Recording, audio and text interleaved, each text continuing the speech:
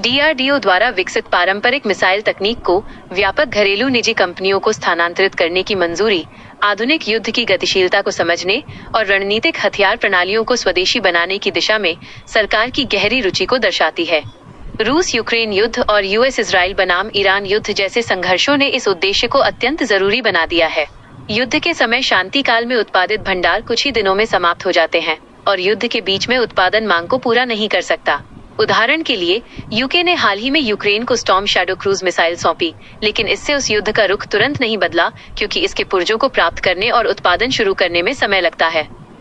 यदि DRDO आज निजी खिलाड़ियों को मिसाइल तकनीक हस्तांतरित करता है तो इससे पुर्जों और घटकों का एक स्वदेशी पारिस्थितिकी तंत्र बनाने, आयात पर निर्भरता कम करने और युद्ध के समय परिचालन क्षमताओं को बढ़ाने में मदद मिलेगी।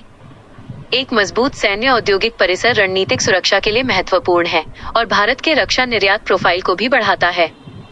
भारत पहले से ही एक हथियार प्रसूति के रूप में उभर रहा है, जहां रक्षा निर्यात 2013-14 के 686 करोड़ रुपए से बढ़कर 2025-26 में रिकॉर्ड 38,424 करोड़ रुपए हो गया है।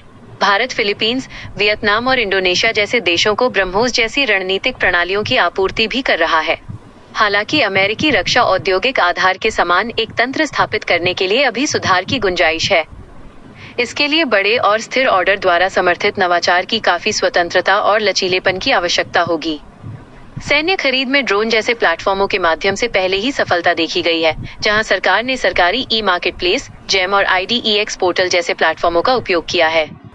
इन पोर्टलों ने स्टार्टअप्स को सीधे सैन्य टेंडर के लिए बोली लगाने, प्रोटोटाइप अनुदान के लिए आवेदन करने और सह विकास करने की अनुमति दी है।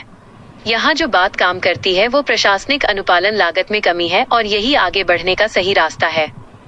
यह निर्णायक सारांश यह स्पष्ट करता है कि रक्षा क्षेत्र में निजी भागीदारी और तकनीक का यह हस्तांतरण भारत को आत्मनिर्भर बनाने के लिए अनिवार्य कदम है।